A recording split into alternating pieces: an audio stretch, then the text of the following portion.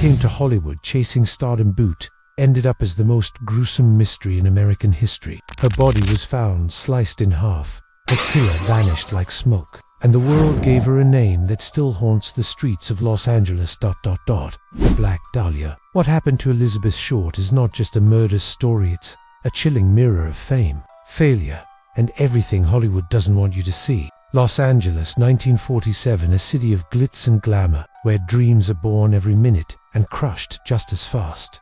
But on January 15th, in a quiet, empty lot near South Norton Avenue, a mother walking with her child stumbled upon a sight that would shake the city to its core. A young woman, silent still and sliced in half, her body drained of blood, her face carved with a haunting smile. Her name was Elizabeth Short, but the world would come to know her as the Black Dahlia. Elizabeth Short was just 22, born in Boston in 1924, the third of 5 daughters. She was delicate and sickly as a child, suffering from bronchitis and severe asthma. At age 15, doctors recommended she spend winters in a warmer climate. Her family sent her to Florida, and there began her love affair with the sunshine, with freedom, with escape. When she was older, she followed another dream. Hollywood. Elizabeth believed in the power of beauty and ambition. She wanted to be an actress, not rich or famous, just remembered, someday I'll be a star, not because I am the best, but because I'll never give up. In 1946, Elizabeth moved to Los Angeles. She stayed in cheap hotels, roomed with friends, sometimes with strangers. She didn't have a stable job. She dated men who promised to help her get in. She had no agent, no credits, just charm and hope. People described her as sweet, soft-spoken, mysterious. She dressed in elegant black with flowers in her hair. Men were drawn to her. Women weren't sure what to make of her. She had a complicated life. Some said she used people, others said people used her. But she was never a criminal, never dangerous. She was simply trying. January 5, 1947. The morning started like any other. Betty Berzinger was walking her daughter in a stroller near a vacant lot in Limhart Park. The neighborhood was quiet, but then she saw something on the ground. She thought it was a broken mannequin, pale, lifeless, posed strangely in the grass. But as she walked closer, the horror hit it. A mannequin. It was a woman cut clean in half, her mouth sliced ear to ear, her intestines tucked beneath her arms stretched overhead as if in surrender, her skin completely drained of blood, leaving her corpse ghost white. No blood around the body, no signs of struggle. Whoever did this was meticulous. The LAPD descended on the scene. So did the press. And just like that, Elizabeth Short's life became public property. She had been missing for 5 days. Last seen at the Biltmore Hotel on January 9th, waiting in the lobby. She told a friend she was meeting someone. She never came home. Her fingerprints, already on file from a previous arrest for underage drinking, identified her, and from there the headlines exploded. Black Dahlia murdered, screamed the Los Angeles Examiner. The nickname came from a recent film noir called The Blue Dahlia, because of Elizabeth's dark hair, black clothing, and mysterious allure. The press ran with it. They sensationalized her story, called her a seductress, a drifter, a temptress. They dragged her name through the mud to sell papers.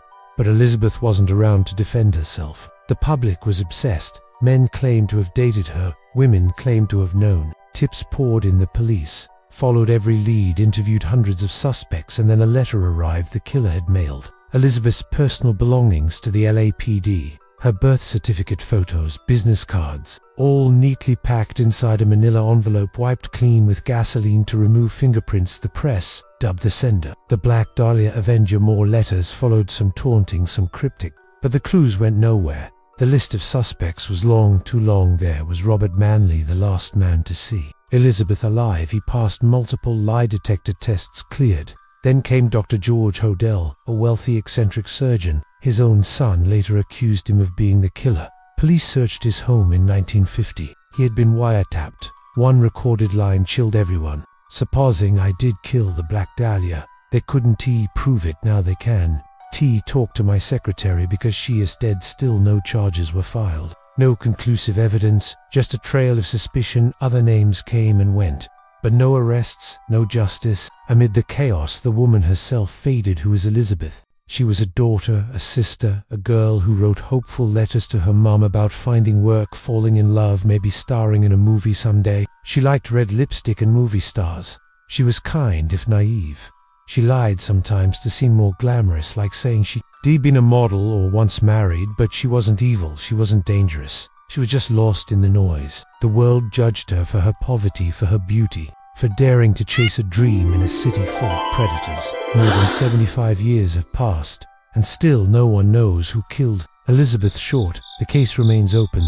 Theories abound: a lover, revenge, a jealous woman, a harlot, cover up, even a sadistic stranger who wanted to send a message. The truth may lie buried with the people who were there, or in a file box forgotten in some dusty evidence room. Why does this case still haunt us? Because it is not just a mystery. It is a story about ambition and exploitation, about how society treats women who want more. Elizabeth Short wasn't just a name in a headline. She was a real person who died terribly and was blamed for her own death. Her case became a cautionary tale, but it should been a call to protect those who dream in dangerous places. We remember her not as the Black Dahlia, but as Elizabeth, a girl from Massachusetts with stars in her eyes, who walked into Hollywood with hope and never walked back out. May her memory be a reminder. Behind every headline is a human, behind every mystery a mother's grief, a sister, a sake, a life unfinished. The stars still shine above Los Angeles,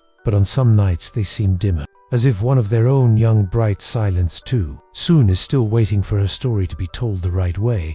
Elizabeth Short, 1924 to 1947. Not just a victim, a voice that never got to speak, but still echoed.